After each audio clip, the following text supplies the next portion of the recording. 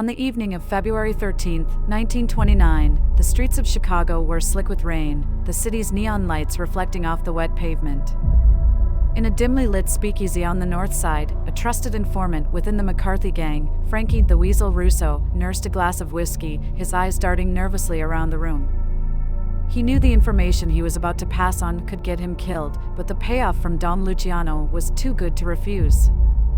Russo slipped out of the speakeasy unnoticed and made his way to a secluded alley where a black sedan was waiting. The window rolled down, revealing Tony the Hammer Santoro, Luciano's ruthless enforcer. Russo leaned in, his voice low and urgent. "They're moving the whiskey tomorrow morning," Russo whispered, glancing over his shoulder. "McCarthy is sending his top guys to oversee the deal at the garage on Clark Street."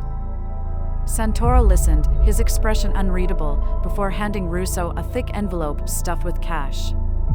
"Good work, Frankie. You know what happens if you cross us, right?"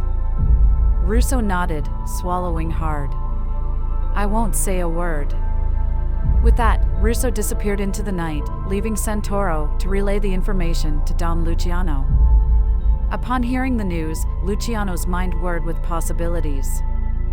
This was the opportunity he'd been waiting for, a chance to strike at the heart of McCarthy's operation and eliminate his most trusted men in one fell swoop. Luciano quickly concocted a plan. The following morning, his men would pose as police officers conducting a raid, luring the McCarthy enforcers into a deadly trap. Luciano knew that Vince McCarthy's top lieutenants would be present, and their deaths would deal a crippling blow to the North Side gang. The night passed in a blur of preparations. Luciano's men gathered their weapons, donned police uniforms, and rehearsed the plan down to the smallest detail.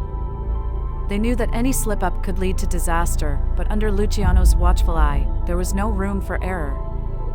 As dawn approached on February 14, 1929, a heavy fog settled over the city. The garage on Clark Street was quiet, its large metal doors closed against the cold. Inside, Danny the Bear O'Sullivan, Johnny Two Guns Stoyle, Mick the Knife Callahan, and 4 other seasoned enforcers stood around, smoking cigarettes and making small talk as they waited for the whiskey shipment to arrive. O'Sullivan, a hulking man with a reputation for brute strength, checked his watch and frowned. "They're late," he muttered, his voice tinged with irritation. "This better not be a setup." Doyle, ever the pragmatist, shrugged. "Relax, Danny. We got this. Just another job." But the tension in the room was palpable. The men exchanged uneasy glances, their instincts honed by years in the criminal underworld telling them that something wasn't right. Yet, they dismissed their unease, too seasoned to show fear, and continued to wait.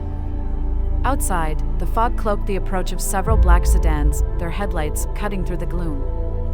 The cars pulled up silently in front of the garage, and a group of men in police uniforms stepped out, their faces set in grim determination. Santoro led the charge, his heart pounding with adrenaline as he signaled for the men to move in. The garage doors were thrown open, and the Luciano hitmen stormed inside, brandishing their weapons. "Police! You are all under arrest!" Santoro barked, his voice echoing through the cavernous space. The McCarthy men, caught off guard, raised their hands in surrender, assuming it was a routine raid. The tension in the air spiked as they were ordered to line up against the wall. O'Sullivan's jaw clenched as he complied, his eyes narrowing as he studied the supposed officers. Something was off, but before he could react, the trap was sprung. With a cold, calculated efficiency, the Luciano hitmen dropped the pretense. In one swift motion, they raised their submachine guns and opened fire. The garage was filled with the deafening roar of gunfire as bullets tore through flesh and bone. The McCarthy enforcers had no chance to fight back. They were cut down in a hail of bullets, their bodies slumping to the floor in a gruesome display of gangland retribution. The massacre lasted only moments, but its impact would reverberate across Chicago for years to come. As the smoke cleared, the Luciano men quickly and methodically checked the bodies to ensure no one had survived. Satisfied with their work, they slipped out of the garage, leaving behind a scene of carnage that would shock the city to its core. The bodies of O'Sullivan, Doyle, Callahan, and the other McCarthy enforcers lay in a pool of blood, their faces frozen in expressions of shock and horror. The garage, once a place of business, had become a tomb, a silent testament to the ruthless efficiency of Dom Luciano and the deadly game of power that played out in the shadows of Chicago's streets.